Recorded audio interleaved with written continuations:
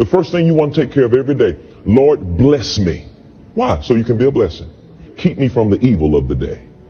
Keep me from the evil of the day. Every day you wake up, you don't know what evil has been designed to try to take you down and to trouble you. So go ahead of it and say, keep me from the evil of the day. Choose fellowship with God daily. Choose fellowship with God daily. Try to learn what pleases the Lord and have nothing to do with the things done in darkness, which are not worth anything.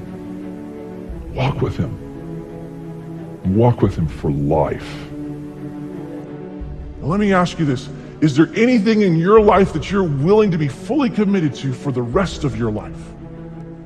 There might be things you're committed to right now that's taking your time and your energy, and you shouldn't be committed to those because God wants first priority in your life and a whole heart commitment. God says what's most important is that you be with me above everything else, that you get to know me. It means that when I wake up in the morning, I need to say, God, no matter what happens today, I need to get to know you a little bit more. I need to learn how to love you a little bit more. And it could be the best day I've ever had, but I need to make sure I need to learn to love you and know you a little bit more. And God says if you do that, that day was a success. And the opposite is true too, which is, let's say you get up and you don't even think about God. And you've got this great day. You go and you make the sale. You finally get the job. You finally get a date with a live girl. Whatever it is, okay? You're a success that day. It's your best day ever that you've got. And you forget about God. God says that day was a waste. It was a failure because you forgot me. What's most important is that you get to know the Lord and get to know Him. And it's a mistake that you and I make all the time in our lives where we don't think about inviting God into our daily experiences. And we think, God, I've got this. I got my dating. Don't worry about my dating. I've got it, God. I know what I'm doing. Oh, God, don't worry about my work. Oh, I'm good. I'm good, God. I've got my work. Don't worry about my dreams, God. Oh, don't touch my dreams. Don't worry about them. I've got them. And we totally rule out God. Am I going to put my faith in my own wisdom, in my own power, in my own resources, or am I going to trust God? Am I going to let God do the battle for me and trust His power and His provision in my life? And the fact is that when we make that choice, we need to know that God wants to do battle for us. God wants to go before us in battle. He wants to go with you in battle. He wants to help you in your troubles and the problems that you have. So whatever trouble you're in, whatever battle you're in right now, seek the Lord, seek His power. He wants to give it to you. Prayer is a weapon of our faith. It is one of the greatest weapons of our faith. It should be our first response and not our last resort when we go through times of trouble. Call out to God and rely on Him. God wants you to know that He wants you to experience the fullness of His presence in your life, not just every day of your life, but every moment of your life. You can experience His presence if you want it. You can tap into it, and that's the promise He gives us. He promises His presence in our lives when we seek after Him. You may go through deep waters. You will go through deep waters in your life, but you will not drown. You will go through storms in life, and God will get you through those storms. And when you go to battle, you need to know that God wants to be there with you and protect you, and you will not be destroyed. One of the greatest truths of the Bible is if God is for us, who can be against us? Here's Jesus' invitation to you. Here's what He says in Matthew 11. Jesus said, come to me. That's the seeking part. Come to me, all you who are weary and carry heavy burdens, all the things that are weighing you down. And here's His promise, and I will give you rest. Let me teach you because I am humble and gentle at heart, and you will find the rest for your souls.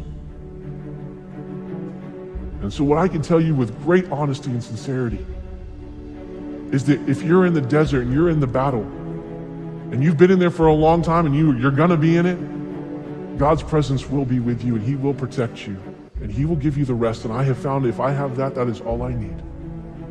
I don't have to have the answers. I don't have to understand. But if I got God and I feel Him and I know Him and He's there, then I am good. How do we need to make sure that we don't miss out on God's blessing when we're seeking Him? Well, there's a familiar verse that gives us great direction. It's Proverbs 3, 5, and 6. It says this, trust in the Lord with all your heart and lean not on your own understanding. And in all your ways acknowledge Him, and He will direct your paths. This word trust means to trust him not just in the convenient ways, not just in the easy ways, not even just in the spiritual ways, but trust him in all of the ways that we have in our lives, in the big and the small. Trust him on the roads of life that you've been on before, and trust him on the roads you've never been on, and those paths you've never taken, and those safari crazy roads where there is no path, that you're out there in the middle of the wilderness on your own. Trust him.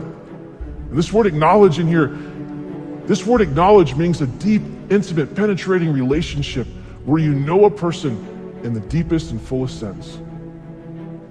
That's the kind of relationship God wants to have with you and with me. So our life goal needs to be this, that we need to seek God in every area of our life when we don't know what to do. And we need to seek God when we do know what to do. We need to seek him in the big things, in the small things. We need to invite him into the conversations. We need to invite him into daily life, because yesterday's victories don't determine today's successes. And even when you think you know how to answer the problem that you're in, you still need to go to God. You still need to trust him, because the greatest faith of yesterday will not give us the confidence of today unless we stay connected to God, because he wants to bless our lives. God wants to have his best for your life. He wants to have his hand on your life. He wants to give you the protection and his presence and rest and hope and all the things that he wants to do for you. He wants that.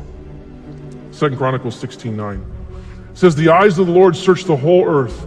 They search the whole earth in order to strengthen those whose hearts that are fully committed to him. This verse says that God is searching, he's looking, he's seeking the entire earth for somebody, for a people, for a person, for a church that's willing to be fully committed to him so that he can bless them and have his hand on them and give you and give me his best. He is seeking after you. God wants us to seek him, but he is seeking us. He is seeking us because he loves us, and he wants to give you his best. We need to do our responsibility and then cast our care. You do what you can do about the things in your life that you can do something about, and then when you cannot do anything about it, you cast it on God and you trust him, and it's perfectly okay for you to enjoy your life while you have a problem. I said it is perfectly okay for you to go ahead and enjoy your life while God is working on your problem. It's not that nothing's happening, it's just that you're not the one that's making something happen. So whatever you have going on in your life tonight, don't waste one more day in excessive sadness and grief and depression and discouragement because you can't do anything about it. And Jesus paid for you to be able to enjoy your life, to have it in abundance, to the full, until it overflows. So we are totally wasting what God gives us if we waste our days in sadness and mourning. Learn how to focus on good things. Everybody here has got something they could be upset about if they chose to focus on it, but you don't have to focus on that. And what we focus on is what we magnify in our lives. What we talk about is what we become more consciously aware of in our lives. If there's a problem that needs to be dealt with it, deal with it, but don't focus on it. Think about the possibilities in your life, not the problems in your life. Hebrews 12:2 very simply says, looking away from all that will distract unto Jesus, who is the author and the finisher of our faith. Learn how to celebrate the good instead of grieving excessively over the bad things in life. No matter where you started in life, you can have a good finish. It doesn't really matter where you began, you have got a good finish coming. Let's have a shift in our thinking. Let's have a shift in what we're focusing on. Surely you can find something in your life to focus on that's worth celebrating. And we're going to be excited about the things that are yet to be done, that we know that God is working on and that God is doing.